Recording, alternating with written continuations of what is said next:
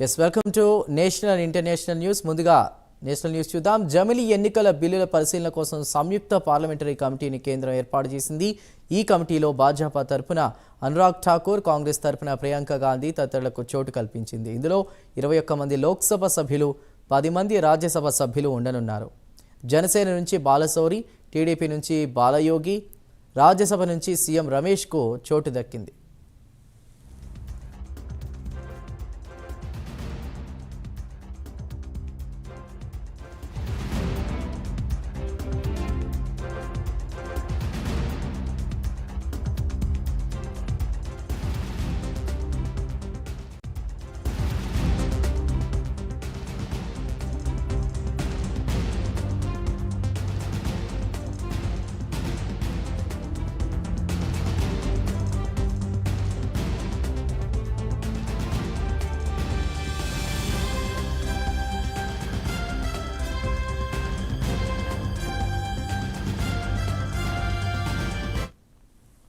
జమిలీ ఎన్నికల బిల్లుల పరిశీలన కోసం సంయుక్త పార్లమెంటరీ కమిటీని కేంద్రం ఏర్పాటు చేసింది.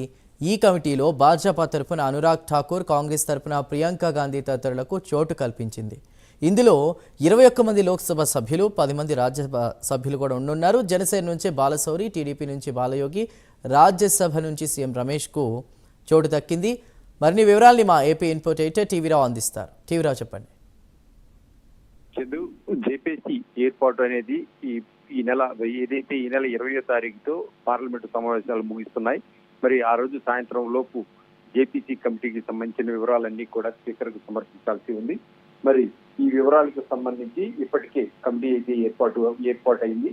అది శరవేగంగా ఏదైతే సాధారణ మెజారిటీతో బిల్లు అయితే కనుక పాస్ అయిన నేపథ్యంలో దీనిపై కమిటీ ఏర్పాటు చేసి మళ్ళీ 6 నెలల పార్లమెంటు సమావేశాలు జరగబోయే నాటికి దీనిపై పూర్తి స్థాయి సమగ్ర సమాచారాన్ని మళ్ళీ పార్లమెంట్ ముందుంచాల్సి ఉంది. మరి ఇందుకు సంబంధించి కసరత్తులు కూడా పూర్తి స్థాయిలో కొనసాగుతున్నాయి. మరి ఇప్పటికే జేపీసీ ఏర్పాటు చేసినటువంటి కేంద్రం మొత్తం 31 మంది సభ్యులు అవసరం ఉంది. మరి వీరిలో 21 మంది లోక్సభ సభ్యులు, 10 మంది రాజ్యసభ సభ్యులు జేపీసీ ఏర్పాటు చేయడం జరిగింది. దీనికి పిపి చౌదరి చైర్మన్ గా, జాయింట్ పార్లమెంటరీ కమిటీకి ఆయన పిసి చౌదరి చైర్మన్ గా వ్యవహరిస్తారు.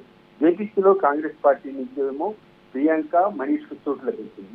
అయితే ప్రియాంకకు తొలుత వీరికందరికీ కూడా తొలుత నోటీసులు జారీ చేశారు.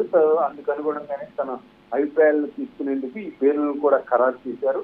మరి ఏపీ నుంచి ప్రధానంగా కూటమి నుంచి అయితే కనుక సీఎం రమేష్, బాలశౌరి, ఇంకా హరీష్ బాలయోగిలకు స్థానం లభించింది. ఇక బీజేపీ నుంచి అయితే అనురాగ్ ఠాకూర్, మంత్రి స్వరాజ్కి చోటు దక్కింది. రానున్న పార్లమెంటు సమావేశాల్లో నివేదిక సమర్పించాలనేది పూర్తి సమగ్ర సమాచారం. అంతేకాకుండా ఇప్పుడు ఏదైతే రేపు ముగిసేటటువంటి పార్లమెంటు సమావేశాల లోపు ఈ జేపీసీని ప్రవేశపెట్టకపోతే కనుక కొత్తగా బిల్లులు ప్రవేశపెట్టే అవకాశం ఉండేది.